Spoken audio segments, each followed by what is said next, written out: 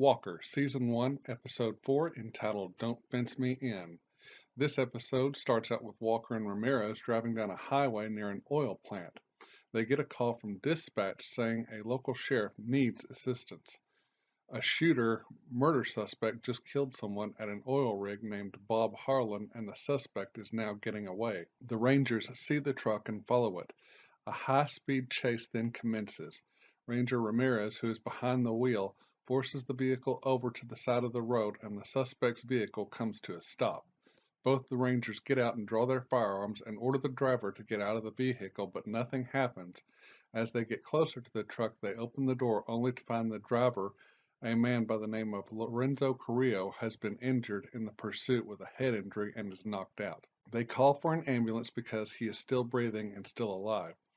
As they wait for the ambulance, Mickey Ramirez happens to notice that the man has his sleeves rolled up and that she recognizes several teardrop tattoos on his left arm. Mickey tells Walker that he is part of a local gang.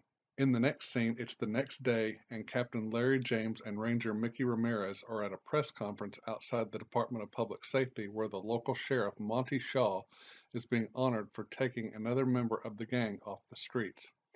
During the press conference, Ranger Ramirez tells James that the gang usually deals in drugs and guns, not oil. Captain Larry James steps up to the podium to say a few words.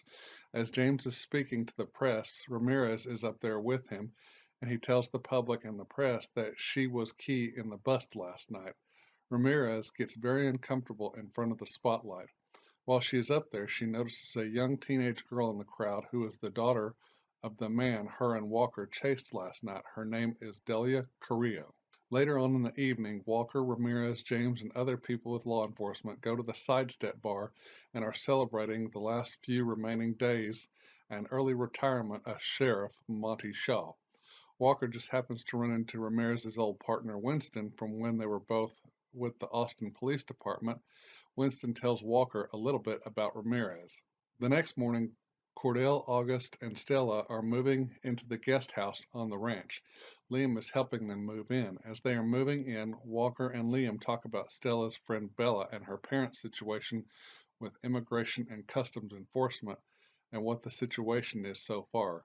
Liam says right now it's not good. He tells Walker that he's going to speak with them tomorrow to see what options they have. As August is moving in boxes, he finds a box that is a case file from one of Walker's undercover assignments.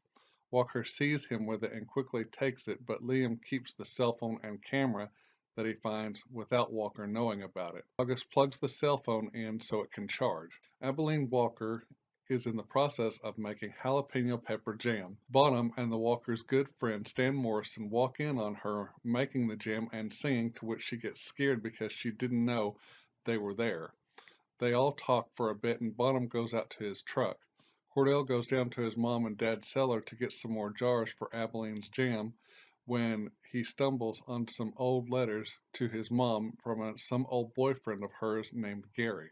Mickey Ramirez is not so sure that the case is as open and shut as it seems, and she feels like they are missing something. Ramirez and Walker meet back up at work, and she tells him that Lorenzo got out of the gang 30 years ago. She asks Walker if they can keep this off the books until they find out more evidence. Walker smiles and gets excited and says, "Off the books is my middle name." As Walker and Ramirez decide to talk to Lorenzo, one of Walker's and Ramirez's coworkers comes to tell them that they just got word from the morgue that Lorenzo Carrillo passed away an hour ago. Stella and Isabel meet up at the stables where the Texas Rangers keep their horses to begin their community service. Stella and the other youth begin working their hours of service off. Walker and Ramirez go to talk to Delia Carrillo about her dad to see if they can gather any more information.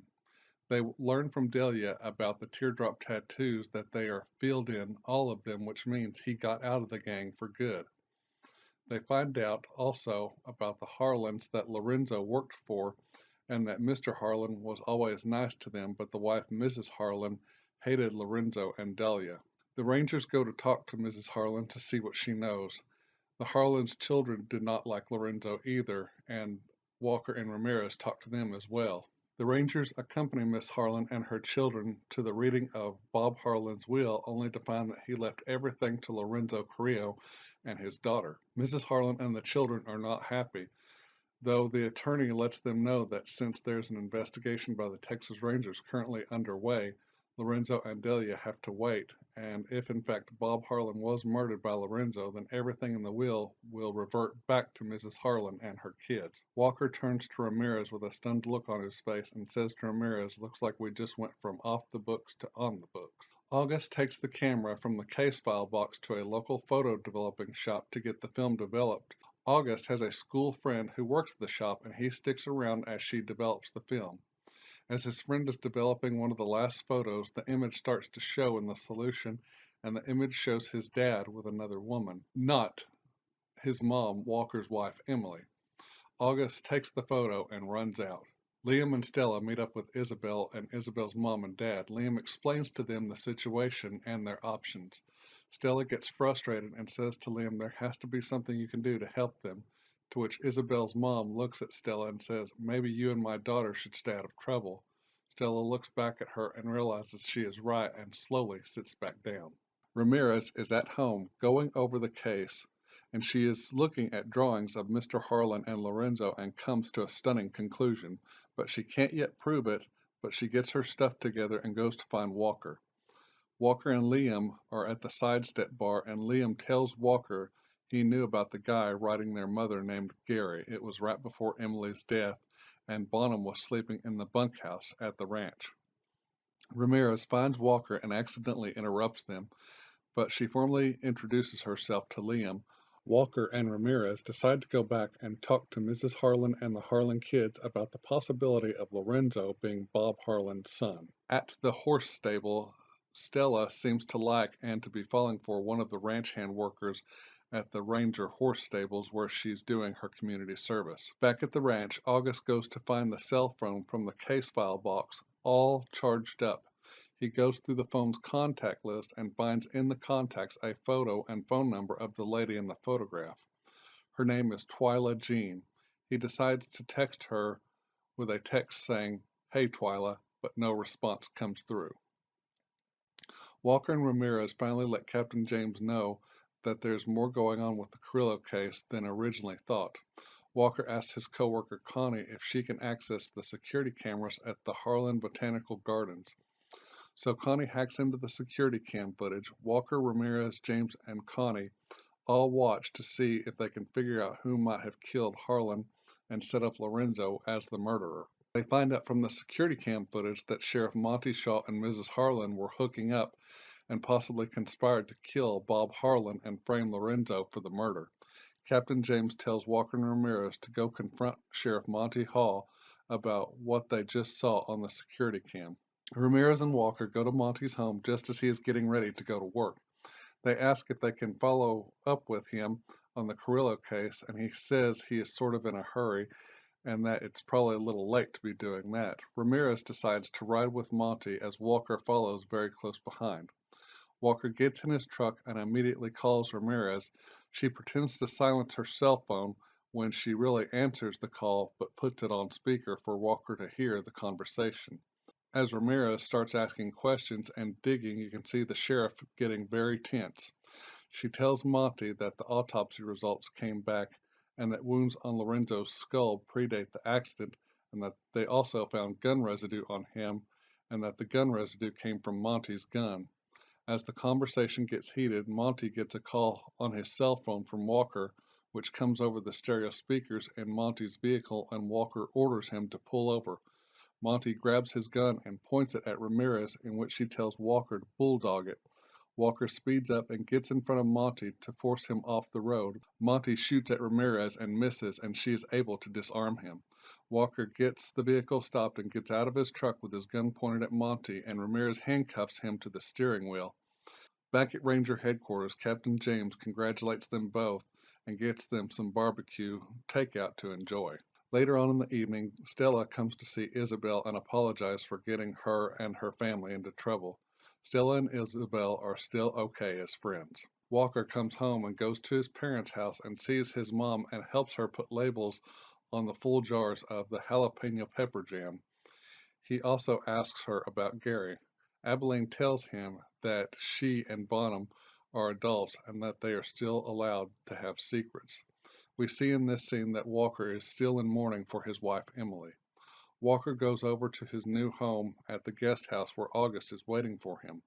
August shows him the photo and asks him about it and the lady in the photo. Walker explains to him that the photo and the lady in the photo were part of his undercover crew.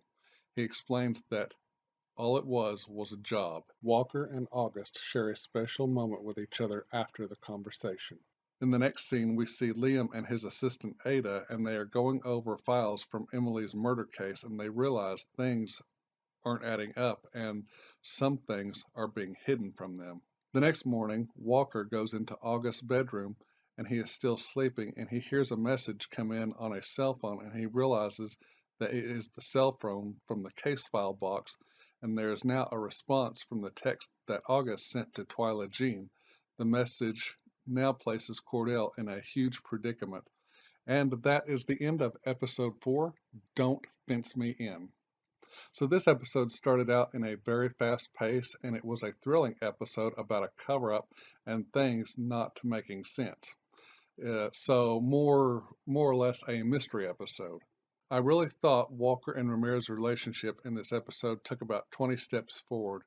You see them trust each other more and cut up with each other more, but when shit hits the fan, they are 100% there for each other.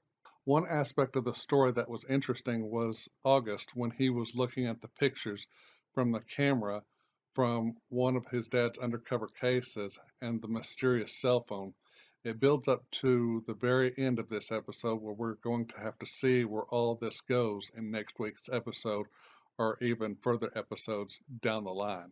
The part of the episode involving Stella meeting a boy at the community service was predictable. I saw that coming a mile away. They should have done something different with this part of the story. I mean, we've seen this in other shows and it has been played out to death. Now, Liam and his assistant are going over Emily Walker's murder case, and they're starting to realize things just don't add up or make sense. So here's another puzzle that's not yet complete, and we're going to see where things go with this probably in the next episode and in further episodes to come. Okay, so I messed up. I thought Walker's mom's name was Adeline Walker. Well, that is not so. I have been getting this wrong the entire time. Her name is Abilene Walker. So my apologies to all of you for screwing the pooch on that one. Okay, so I'm going to give Walker Season 1, Episode 4, Don't Fence Me In, a solid A. This was a great episode with a great story and great performances. I'm really excited to see where all this is leading up to and how it all plays out at the end of this first season. And from the promo for this next episode, it looks like episode 5 is going to be really awesome, and I'm seriously looking forward to this week's episode. So, okay, that's it. I will say good night. God bless. I love all of you, and I will see you in the next video. Bye bye.